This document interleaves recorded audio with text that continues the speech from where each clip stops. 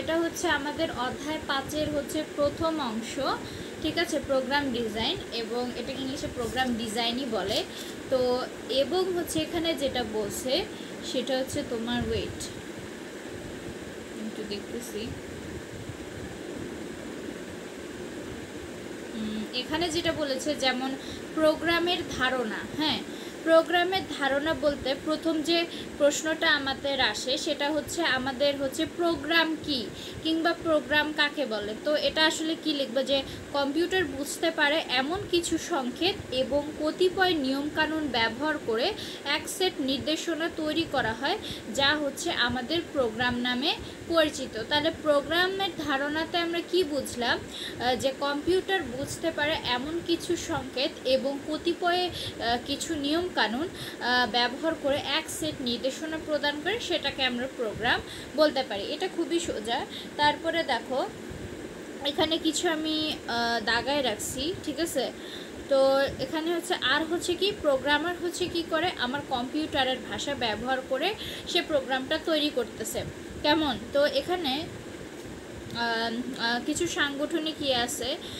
তারপরে হচ্ছে আমাদের সিপিইউ বা মাইক্রো প্রসেসরের কাজ মূলত হচ্ছে কি হিসাব নিকাশ করা। ওকে, তারপরে হচ্ছে বলছে যে প্রসেসিংয়ের সময় হচ্ছে আসলে আমাদের কি হয়, সেটা হচ্ছে ডেটা ও নির্দেশকে হচ্ছে অস্থায়ীভাবে হচ্ছে সংরক্ষণ করার এই মেমোরিকে সাধারণত হচ্ছে প্রাইমারি মেমোরি, প্রধান মেমোরি বা র্যাম, মানে হচ্ছে র্যামকে আমরা বলতে র্যান্ডম অ্যাক্সেস মেমোরি, এবং রোম আছে, রোমকে আমরা বলি রিড অনলি মেমোরি। হ্যাঁ, বলা হয়। তো মেমোরি হচ্ছে যে অংশ হচ্ছে সেন্ট্রাল প্রসেসিং, ঠিক আছে। মানুষ আছে জিরো দেখাইতেছে, আমি বুঝি না, আমার ইয়াতে হয়তো একটু প্রবলেম দেখা দিছে।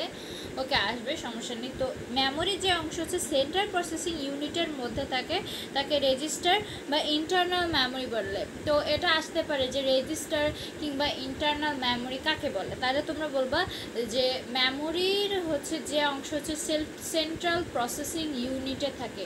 কি বলেছি, মেমোরির যে অংশ সেন্ট্রাল প্রসেসিং ইউনিটে থাকে তাকে হচ্ছে আমরা রেজিস্টার বা ইন্টারনাল মেমোরি বলবো।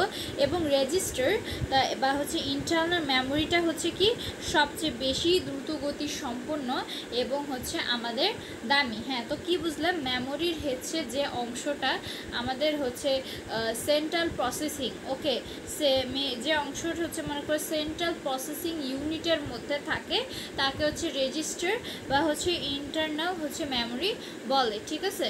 তো এক্ষেত্রে হচ্ছে আবার দেখো ক্যাশ মেমোরি আছে, এটা কখন ব্যবহার করা হয়, যে আমাদের যে সিপিইউ আছে, ওকে, সিপিইউ হচ্ছে এর হচ্ছে প্রসেসিংয়ে হচ্ছে গতি প্রদান হচ্ছে মেমোরির গতি থেকে বেশি হওয়ায় হচ্ছে সেটা কি করতেছে তোমার, সেটা হচ্ছে তোমার ডেটা আদান প্রদানের ক্ষেত্রে, আসসালামু আলাইকুম, ওয়ালাইকুম আসসালাম, ঠিক আছে, ডেটা আদান প্রদানের ক্ষেত্রে হচ্ছে কি করতেছে, গতির বৈষম্য বা হচ্ছে স্পিড হচ্ছে মিসম্যাচ, ঠিক আছে, মিসম্যাচ হচ্ছে হওয়ায় হচ্ছে প্রসেসরের যে কার্যক্ষমতা, ইয়েস, লাইক কাট দিয়া, হ্যাঁ, এই সমস্যা দূর করতে হচ্ছে প্রসেসর কিংবা হচ্ছে আমাদের প্রধান মেমোরির হচ্ছে মাঝে উচ্চ গতি সম্পূর্ণ ক্যাশ মেমোরিটা ব্যবহার করা হয়। তারপর দেখো প্রোগ্রামের ভাষা কিংবা আমরা হচ্ছে কি বলতে পারি এটাকে হচ্ছে মেশিন ভাষা। ওকে, মেশিন ভাষা।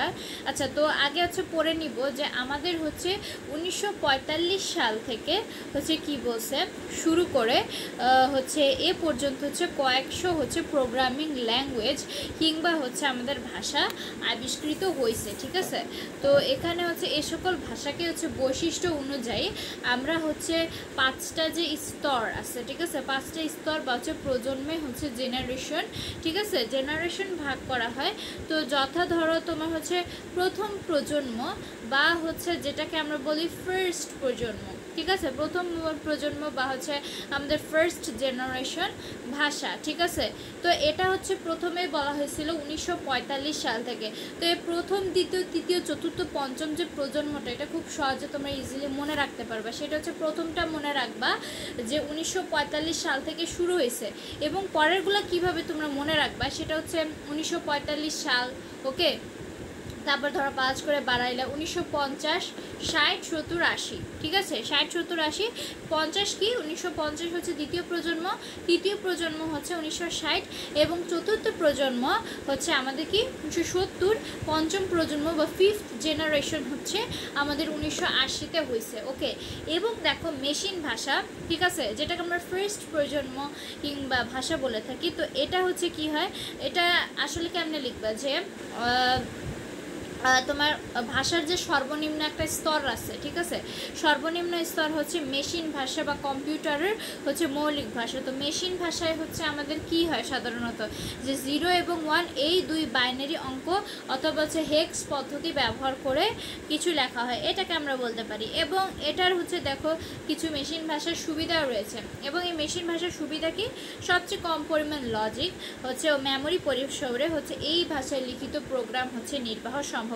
কম্পিউটারের অভ্যন্তরীণ সংগঠনের পুঙ্খানুপুঙ্খ হচ্ছে ধারণা হচ্ছে অর্জন করতে হলে হচ্ছে আমাদের যে মেশিন ভাষা আছে এটা হচ্ছে একান্ত প্রয়োজনীয়, এবং হচ্ছে এই ভাষা হচ্ছে অন্য অন্য ভাষা হতে হচ্ছে আমাদের খুব দ্রুত হয়। এবং কি হয়, এই ভাষা দিয়ে বর্তনে অথবা হচ্ছে তোমার মেমোরি অ্যাড্রেসের সঙ্গে সরাসরি সংযোগ সাধনটা সম্ভব হচ্ছে। তাই কম্পিউটার হচ্ছে বর্তনের ভুল ত্রুটি সংশোধনের জন্য আমাদের মেশিন ভাষাটা কিংবা মেশিন ল্যাঙ্গুয়েজ হচ্ছে ব্যবহার করা হয়ে থাকে, ঠিক আছে। আস্তে আস্তে মানুষ জয়েন হবে। আচ্ছা, 2 জনই আসো না, আচ্ছা একটু 7টা 8টা বাজলে তখন মানুষ আসে। ওকে, আচ্ছা মেশিন ভাষার আবার কিছু অসুবিধাও আছে, যেমন মেশিন ভাষার প্রোগ্রাম যেটা লেখা সেটা অত্যন্ত হচ্ছে ক্লান্তিকর হচ্ছে সময় সাপেক্ষ, কারণ এই প্রোগ্রামের জন্য হচ্ছে কম্পিউটারের হচ্ছে প্রতিটি নির্দেশ মেমোরি তবে হচ্ছে অ্যাড্রেসের হচ্ছে প্রকৃত অবস্থান, হ্যাঁ, পরিষ্কার ধারণা থাকা দরকার। তো মেশিনের ভাষা বা হচ্ছে মেশিনের উপর নির্ভরশীলতার এক ধরনের মেশিনের জন্য লিখিত প্রোগ্রাম অন্য ধরনের মেশিনে ব্যবহার অসম্ভব। মেশিন ভাষায় প্রোগ্রাম লিখতে দক্ষ প্রোগ্রামারের দরকার হয়। মেশিন ভাষা হচ্ছে ডিবাগ করা বা পরিবর্তন করা হচ্ছে আমাদের কষ্ট সাধ্য। তো অ্যাসেম্বলি ভাষা, অ্যাসেম্বলি ল্যাঙ্গুয়েজ, যেটা হচ্ছে অ্যাসেম্বলি ভাষা কাকে বলে, অ্যাসেম্বলি ভাষাকে হচ্ছে সাংকেতিক ভাষা বলা হয়। তো মনে করো এটা আসলে কিভাবে বলবা, যে বিভিন্ন যে আমাদের সাংকেতিক হচ্ছে কোড বা হচ্ছে ন্যামনিক হচ্ছে ব্যবহার করে যে ভাষার প্রোগ্রামিং করা হয় তাকে হচ্ছে অ্যাসেম্বলি ভাষা বলা হয়, ঠিক আছে। তাহলে বিভিন্ন সাংকেতিক চিহ্ন বা ন্যামনিক কোড ব্যবহার করে যে ভাষার প্রোগ্রামিংটা করতেছে এটা হচ্ছে অ্যাসেম্বলি ভাষা। তারপরে দেখো অ্যাসেম্বলি ভাষার কিছু সুবিধা অসুবিধা এটা আমি ডিসকাস নাই করলাম, ঠিক আছে, ভিডিওটা অনেক লেন্দি হয়ে যাবে। তারপরে দেখো মধ্যম স্তরের ভাষা, এটা আমরা কীভাবে বলবো, যে সি কে হচ্ছে মধ্যম স্তরের। ওকে, লিসেন প্লিজ কমেন্ট করো। সি কে হচ্ছে মধ্যম স্তরের হচ্ছে তোমার মনে করো কি ভাষা বলা, কেননা সি প্রোগ্রাম দ্বারা হচ্ছে কি হয় আমাদের হার্ডওয়্যার নিয়ন্ত্রণ করা যায়, পাশাপাশি উচ্চ স্তরের ভাষার সুবিধা পাওয়া যায়। এবার আসো আমি খুব দ্রুত শেষ করে দিব। এখানে যেটা বলছে সেটা হচ্ছে তৃতীয় প্রজন্ম কিংবা হচ্ছে 3rd জেনারেশনের যে ভাষাটা, ঠিক আছে।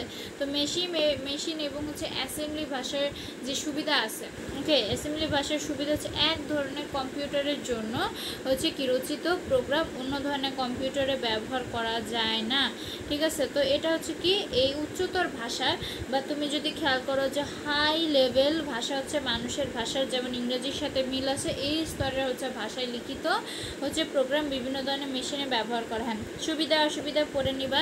তারপরে দেখো C++ হচ্ছে এক ধরনের হচ্ছে অবজেক্ট ওরিয়েন্টেড প্রোগ্রামিং ভাষা। ওকে, 1980 সালে হচ্ছে বিয়ার্নের স্টারস্ট্রপ হচ্ছে যুক্তরাষ্ট্রের এটি এবং অ্যান্ড হচ্ছে টি ল্যাবরেটরিতে এটা হচ্ছে তৈরি করা হয়।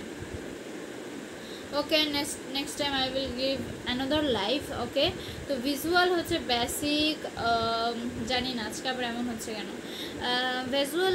ভিজুয়াল বেসিকে যদি এখানে খেয়াল করি যে সংক্ষেপে হচ্ছে ভিবি বা হচ্ছে তোমার ভিবি একটা তৃতীয় পর্যন্ত হচ্ছে ইভেন্ট ড্রাইভেন, হ্যাঁ, ইভেন্ট ড্রাইভেন প্রোগ্রামিং ভাষা, এবং হচ্ছে মাইক্রো সফটওয়্যার হচ্ছে মানে COM, যেটাকে হচ্ছে আমরা বলতে কম্পোনেন্ট অবজেক্ট মডেল।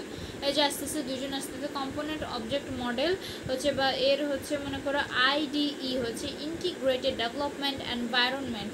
ওকে, এটা হচ্ছে বলা হয়। এবং দেখো জাভা আছে, জাভা স্ক্রিপ্ট আমরা জানি একটা প্রোগ্রামিং ভাষা। তারপর ওরাকল আছে, অ্যালগোল আছে, ঠিক আছে। এটা হচ্ছে ডেটাবেস, সাধারণত ওরাকল RDM বিএমএস হচ্ছে ওরাকল নামে পরিচিত। তারপর হচ্ছে আমাদের হচ্ছে অ্যালগল আছে, অ্যালগলের পুরো নাম অ্যালগোরিদম হচ্ছে ল্যাঙ্গুয়েজ, ওকে এই জিনিসটা। তারপর হচ্ছে ফরটার্ন আছে, ফরটার্ন হচ্ছে বা হচ্ছে ফরটার্ন শব্দ হচ্ছে ফর্মুলা হচ্ছে ট্রান্সলেটর, ঠিক আছে। ফরটার্ন আদিতম উচ্চ স্তরের হচ্ছে নির্দেশমূলক প্রোগ্রামিং ভাষা। পাইথন আছে, পাইথন হচ্ছে একটা অবজেক্ট ওরিয়েন্টেড উচ্চ স্তরের প্রোগ্রামিং ভাষা এবং বর্তমানে হচ্ছে সবচেয়ে হচ্ছে কী হয় জনপ্রিয় প্রোগ্রামিং ভাষাগুলোর মধ্যে একটা হচ্ছে আমাদের পাইথন, ঠিক আছে। পাইথন পাইথন হচ্ছে 1918 সাল, ঠিক আছে। 1918 সালে আইইই কর্তৃক হচ্ছে আমাদের প্রোগ্রামিং হচ্ছে ভাষা হিসেবে এটা স্বীকৃতি পাইছে। এবং জাভাস্ক্রিপ্ট আমরা জানি ইন্টারনেটে ব্যবহৃত জনপ্রিয় ল্যাঙ্গুয়েজ। এবং হচ্ছে পার্ল হচ্ছে একটি উচ্চ স্তরের চলমান প্রোগ্রামিং ভাষা, ওকে। তারপর রুবি আছে, কোটলিন আছে, চতুর্থ প্রজন্ম, যেটাকে আমরা বলে থাকি যে অতি উচ্চতর বা হচ্ছে হাই লেভেল ভাষা। তো এগুলো হচ্ছে অনেক আছে, ওকে। আমি একটু সংক্ষেপে আলোচনা করলাম, অনেক সংক্ষেপে, তোমরা বাকিগুলো পড়ে ফেলবা। তারপরে হচ্ছে পঞ্চম প্রজন্ম, ওকে। তারপরে 5th জেনারেশন ভাষা, ঠিক আছে।